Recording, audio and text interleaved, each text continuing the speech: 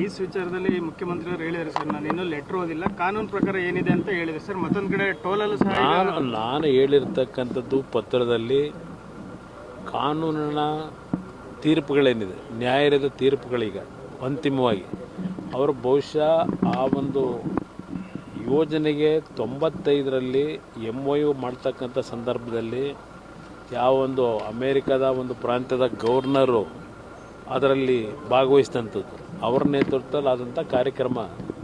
ನಂತರ 97ರಲ್ಲಿ ಒಂದು ಆಗಿನ ಸರ್ಕಾರ ಜೊತೆ ದೇವೇಗೌಡರು ಡೆಲ್ಲಿ ಹೊರಟೋದ್ರು. 95ರಲ್ಲಿ ಒಂದು MOU ಮಾಡಿ ನಂತರ ಬಂದಂಥ ಸರ್ಕಾರದಲ್ಲಿ ಹಲವಾರು ರೀತಿಯ ಮಾರ್ಪಾಡುಗಳನ್ನು ಈ ಒಂದು ಕಂಪನಿ ಮಾಡ್ಕೊಂಬಂದಂಥದ್ದೇನಿದೆ ಆ ಕಂಪನಿಗೆ ಶರಣಾಗಿದ್ದಾರೆ.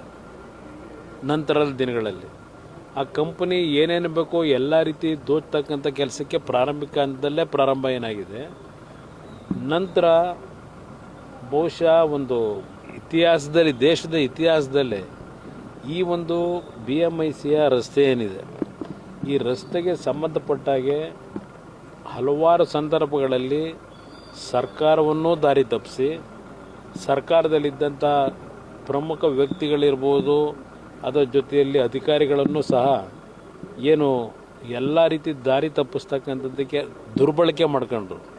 ಕೆಲವು ವ್ಯಕ್ತಿಗಳನ್ನು, ನಾನು ಎಲ್ಲರೂ ಅಂತ ಹೇಳೋದಿಲ್ಲ, ಕೆಲವು ವ್ಯಕ್ತಿಗಳನ್ನು ಆ ಸಂದರ್ಭದಲ್ಲಿ ದುರ್ಬಳಕೆ ಮಾಡ್ಕೊಂಡು ಕೋರ್ಟ್ಗಳಲ್ಲಿ ತಪ್ಪು ಮಾಹಿತಿಗಳನ್ನು, ದಾಖಲೆಗಳನ್ನು ಕೊಡ್ತಕ್ಕಂಥದ್ರ ಮುಖಾಂತರ ನೂರಾರು ಕೇಸ್ಗಳಲ್ಲಿ ಅವರು ಪರವಾದಂಥ ತೀರ್ಪುಗಳನ್ನು ಪಡ್ಕೊಂಡಿದ್ದಾರೆ.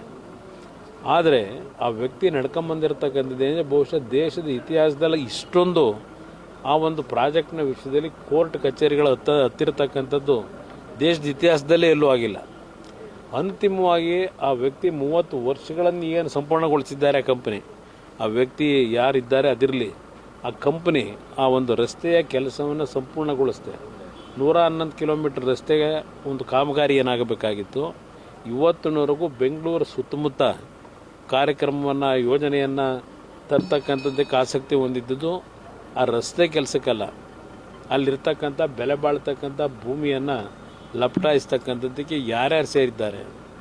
ಈಗ ನನಗೆ ಒಂದು ಮಾಹಿತಿ ಇದೆ, ಆ ಒಂದು ಯೋಜನೆಯನ್ನು ಆ ಕಂಪ್ನಿಯಿಂದ ಯಾರು ಈಗ ಅದನ್ನು ಟೇಕ್ ಓವರ್ ಮಾಡಲಿಕ್ಕೆ ಹೊರಟಿದ್ದಾರೆ, ಮುಖ್ಯಮಂತ್ರಿಗಳಿಗೆ ಕೇಳ್ತೀನಿ, ಯಾರು ಪಾಲಿದೆ, ಯಾರು ಅದನ್ನು ಈಗ ಟೇಕ್ ಓವರ್ ಮಾಡಲಿಕ್ಕೆ ಹೊರಟಿದ್ದೀರಿ, ಮುಖ್ಯಮಂತ್ರಿಗಳು ಹೇಳಬೇಕು. ಇವೆಲ್ಲ ಮಾಧ್ಯಮಗಳ ಮುಂದೆ ವೇದಿಕೆ ಮೇಲೆ ಭಾಷಣ ಮಾಡೋದು ಬೇರೆ, ಹುಟ್ಟು ಗುಣ ಇದೆಯಲ್ಲ ಈ ಮುಖ್ಯಮಂತ್ರಿ ಬಂದಿರತಕ್ಕಂಥ ಗುಣ. ಏಕೆಂದರೆ ಪಾಪ ಹೇಳಿದ್ದಾರೆ ಮೊನ್ನೆ, ಅವರೇನೋ ಈಗ ಮುಂದಿನ ತಲೆಮಾರುಗಳು ಇವತ್ತು ಖರ್ಚು ಮಾಡಿದ್ರು ಹಣ ಕರಗದೇ ಇರತಕ್ಕಂಥ ಆಸ್ತಿ ಮಾಡಿದ್ದೇನೆ ಅಂತ ಹೇಳಿದ್ದಾರೆ.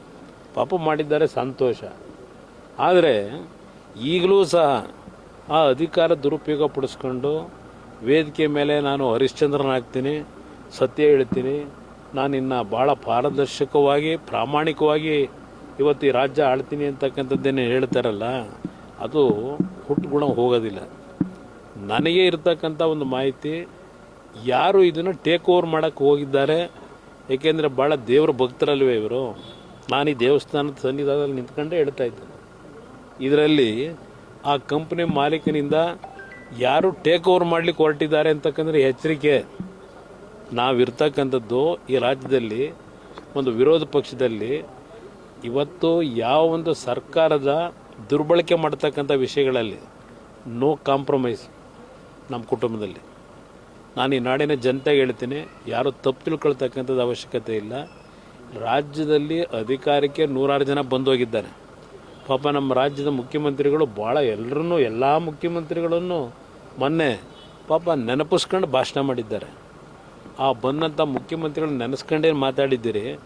ಅವ್ರಿಗೇನಾದರೂ ಗೌರವ ತರಬೇಕಾದ್ರೆ ಮುಂದಕ್ಕಾದರೂ ಈ ರಾಜ್ಯದ ಸಂಪತ್ತನ್ನು ಉಳಿಸ್ತಕ್ಕಂಥದ್ದಕ್ಕೆ ಏನು ಕಾರ್ಯಕ್ರಮದಲ್ಲಿ ನಿಮ್ಮ ಒಂದು ಅಧಿಕಾರ ಕೊಟ್ಟಿದ್ದಾರೆ, ಇವತ್ತು ಆ ಅಧಿಕಾರವನ್ನು ದುರ್ಬಳಕೆ ಮಾಡ್ಕೊಳ್ಳೋದೇ ಈಗಲಾದರೂ. ಇವತ್ತೇನು ಕೋರ್ಟ್ನಲ್ಲಿ ಹೇಳಿದ್ದಾರೆ, ಈಗಾಗಲೇ ಒಂದು ತೀರ್ಪಿನಲ್ಲೇ ಬರೆದಿದ್ದಾರೆ. ಇದು ಬಹುಶಃ ದೇಶದ, ನಮ್ಮ ಕರ್ನಾಟಕ ರಾಜ್ಯದ ಇತಿಹಾಸದ ಒಂದು ಸ್ಕ್ಯಾಂಡಲ್ ಅಂತ ಹೇಳಿ ಅವ್ರು ಹೇಳಿದ್ದಾರೆ. ಕೋರ್ಟ್ನ ಒಂದು ತೀರ್ಪು ಕೊಡಬೇಕಾದ್ರೆ ಅದ್ರ ಜೊತೆಗೆ ಇಲ್ಲೀಗಲ್ ಆಗಿ ಟೋಲ್ ಕಲೆಕ್ಷನ್ ಆಗ್ತಾ ಇದೆ. ಇಲ್ಲೀಗಲ್ ಆಗಿ 2,000 ಕೋಟಿ ಮೇಲೆ ಇವತ್ತು ಒಂದು ದೊಡ್ಡ ಮಟ್ಟದ ಮೊತ್ತವನ್ನು ಈ ಕಂಪನಿ ಇವತ್ತು ದುರ್ಬಳಕೆ ಮಾಡ್ಕೊಂಡು ಹಣ ಸಂಗ್ರಹಿಸಿದ್ದಾರೆ. ಇದು ಎಲ್ಲ ರೀತಿಯ ತೀರ್ಪೇನಿದೆ. ಇನ್ನೂ ಪಾಪ ಈಗಾಗಲೇ 1 ತಿಂಗಳ ಹತ್ತತ್ರ ಬಂತು, 20 ದಿನ ಆಗಿದೆ ತೀರ್ಪು ಬಂದು. ಏನು ಕ್ರಮ ತಗೊಂಡಿದ್ದೀರಿ ಈ ಸರ್ಕಾರದಲ್ಲಿ? ನೆನಪಿಸ್ಲಿಕ್ಕೆ ಮೊನ್ನೆ ಪತ್ರ ಬರೆದಿದ್ದೇನೆ. ಏನು ನೋಡ್ತಾರೆ, ಏನು ಮಾಡ್ತಾರೆ ನೋಡೋಣ ಅಂತೇಳಿ. ಯಾಕೆಂದರೆ ಟೇಕ್ ಓವರ್ ಮಾಡ್ತಕ್ಕಂಥ ಒಂದು ಕೆಲವು ಚರ್ಚೆ ನಡೀತಿರೋದನ್ನ ಸ್ವಲ್ಪ ದಿವಸ ನಿಲ್ಲಿಸ್ಕೊಳ್ಳಿ. ಯಾರು ಟೇಕ್ ಓವರ್ ಮಾಡೋಕೆ ಹೊರಟಿದ್ದೀರಿ?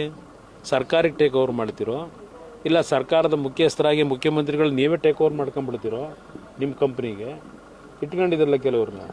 ಇದೆಲ್ಲ ನಡೀತಿರೋದು ನನಗೂ ಗೊತ್ತಿದೆ. ಅದರಿಂದ ಇದನ್ನು ನೆನಪಿಸ್ಲಿಕ್ಕೆ ಈ ರಾಜ್ಯದ ಆಸ್ತಿ ಅದು ರೈತರ ಭೂಮಿ.